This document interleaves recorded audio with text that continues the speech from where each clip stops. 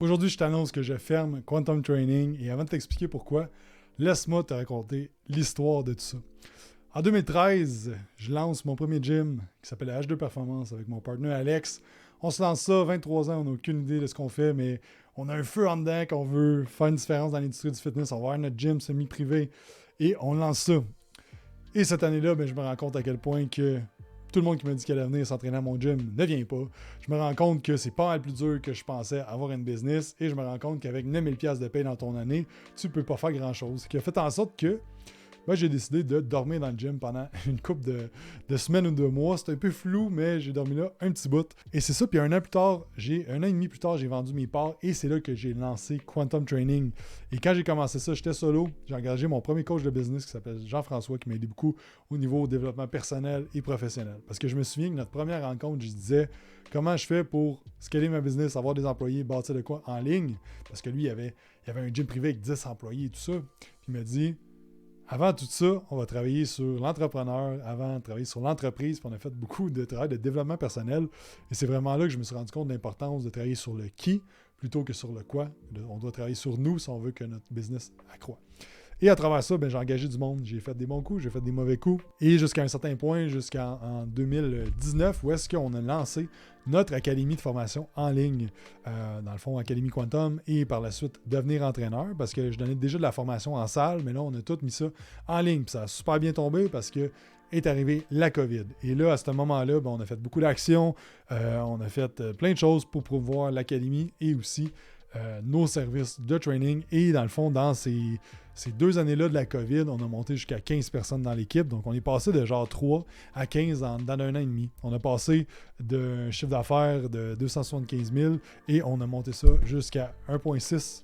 Après ça, on a tombé à 2 millions. Et à travers ça, pendant la COVID, il y a des gens qui m'ont demandé aussi pour les aider avec leur business parce qu'eux, ça allait moins bien. Puis, ils m'ont demandé conseil parce que c'est quelque chose qui revenait aussi dans les formations en salle que je donnais. Quand je donnais les formations de biomécanique, de programmation et tout ça, les gens étaient comme... Mais là, genre, j'ai de la misère à garder mes clients, j'ai de la misère assis. Fait que dans les périodes de Q&A, à la fin, on parlait un peu business. Puis je voyais une opportunité, mais comme avant, je voulais pas trop. Mais en 2020, je me suis dit, je vais aider le monde. Fait que j'ai commencé à faire du one-on-one. Mais là, je me suis rendu compte que j'avais délégué plein de clients de training, mais là, je me ramassais avec des clients de business.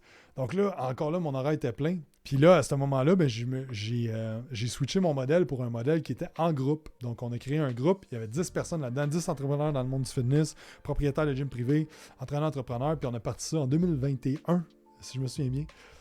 Et on a starté ça, puis les gens ont eu des super bons résultats, mais ça a pris de l'ampleur. Et là, je me suis ramassé à vraiment aimer ça, faire ça, parce que moi, 3 choses que j'aime faire, c'est créer, coacher et éduquer. Puis c'est vraiment là que je retrouvais cette vibe-là, tandis qu'avec Quantum, j'étais gros dans la gestion, dans toujours prévoir, dans la gestion de cash flow, dans la gestion d'employés, dans la gestion de plein d'affaires.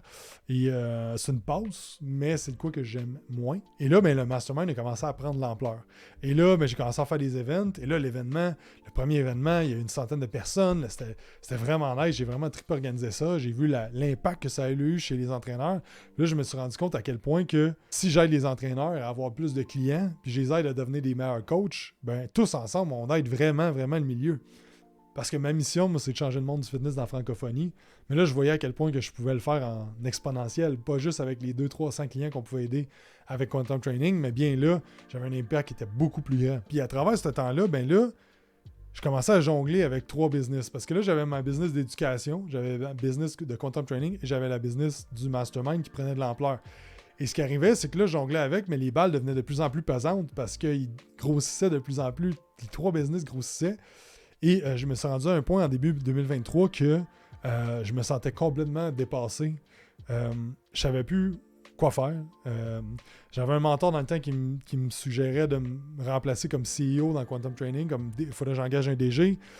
Mais là, comme qui veut faire ça, de quelle façon, à quel point ça va changer des affaires, et tout ça. Puis on a essayé des trucs. Mais pendant ce temps-là, c'est que tout le reste prenait de l'ampleur aussi. Et là, on a commencé à faire du coaching avec la compagnie iOS. Et là, ça m'a fait réaliser beaucoup de choses, que notre structure organisationnelle était tout croche, en fait, que là, j'avais créé un monstre à 3 têtes. Et que j'avais une business qui, pendant un bout, me rapportait beaucoup de liberté, mais dans les derniers 6 mois, 1 an, m'avait enlevé beaucoup de liberté parce que là, je faisais constamment de la gestion, puis aussitôt que j'allais éteindre un feu, il y avait un autre feu qui arrivait de l'autre affaire. Puis là, c'était beaucoup, malgré que j'ai une équipe incroyable qui m'aidait à supporter tout ça, ça reste que c'était rendu complexe. Et aussi, il y a l'arrivée de ma fille l'année passée. Elle a eu 13 mois, il pas long, qui m'a fait réaliser beaucoup de choses. Donc c'est ça. Puis là, dans le fond, j'ai essayé encore là des affaires l'année passée à voir comment on peut spinner les trucs puis que je peux continuer à tout faire. Jusqu'à temps que je vienne à l'évidence puis je me pose des questions de c'est quoi ma vision? C'est quoi ma mission à travers ça? C'est quoi mes valeurs? Et c'est quoi qui me tente réellement de faire? Et ça n'a pas été facile, mais je me suis rendu compte que la chose qui demandait 80% de mon attention, que c'est ça que la business elle avait besoin, qui était Quantum Training. J'avais besoin d'être all-in là-dedans si je voulais que ça grow. C'est quelque chose qui me faisait plus vibrer autant qu'avant. Comparé au mastermind qui me fait vibrer vraiment beaucoup, que je trippe faire ça, je trippe les événements, je trippe connecter avec les gens.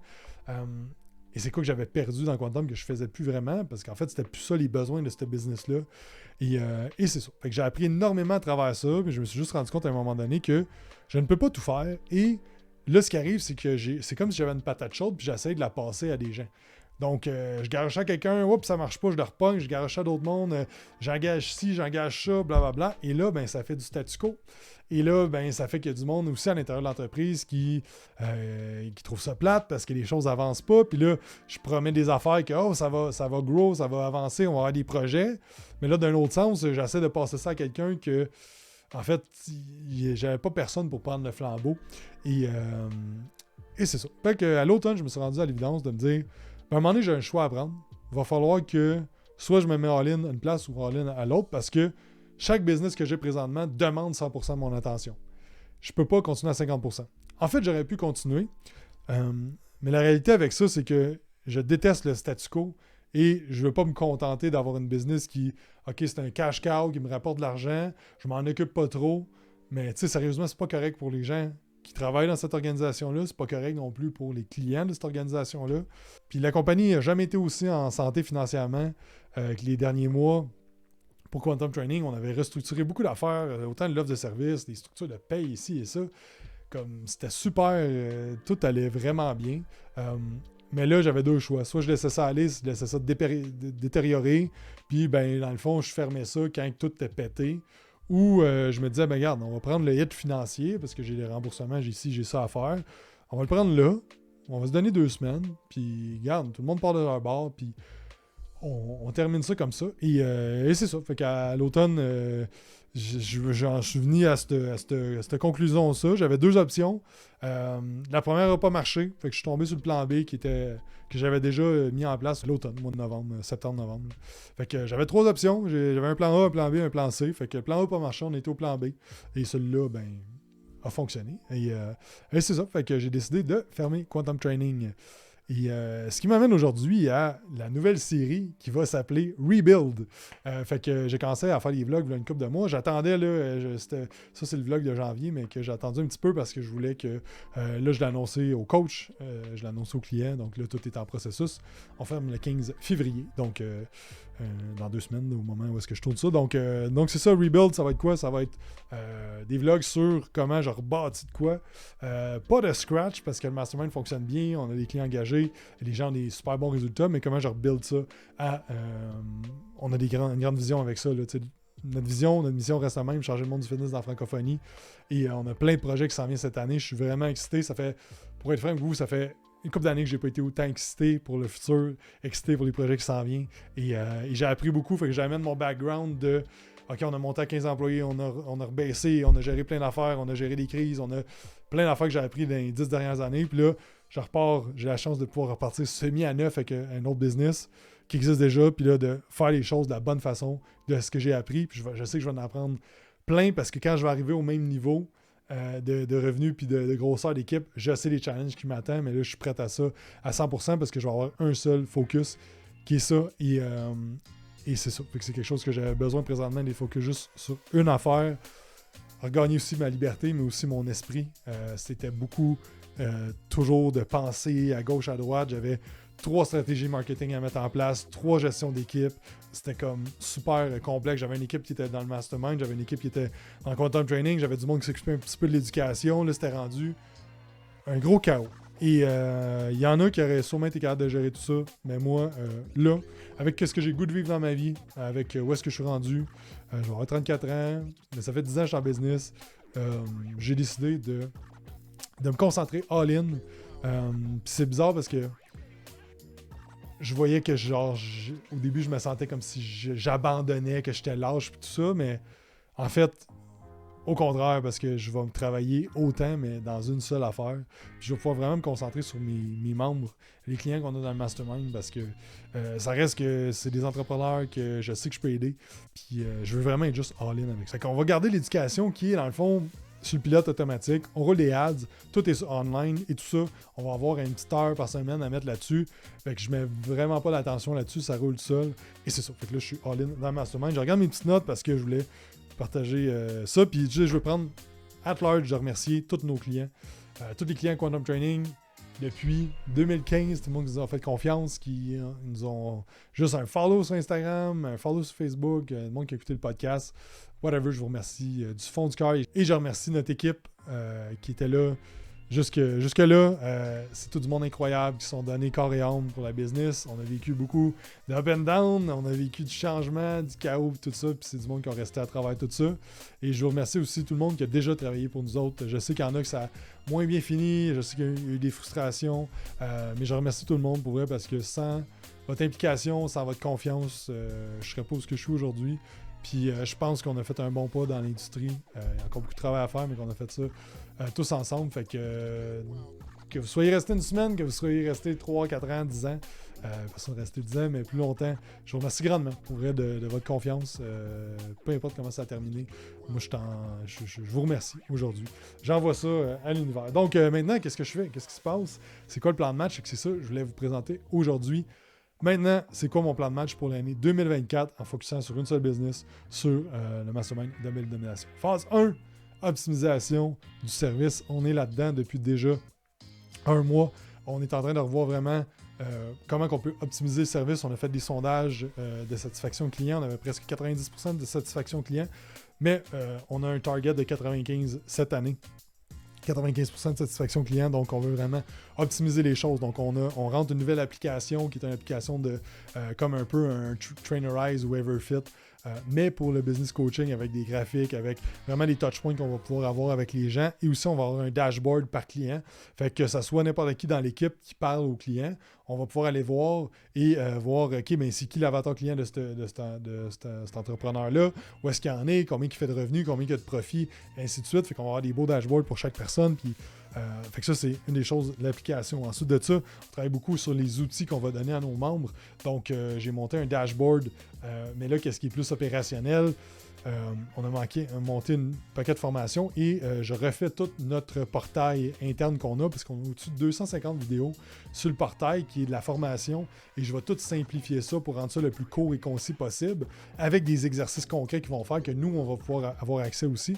Fait qu'ils vont faire leur exercice puis nous autres, on va pouvoir leur donner du feedback. Donc, on est vraiment en optimisation de notre service jusqu'au mois de juin.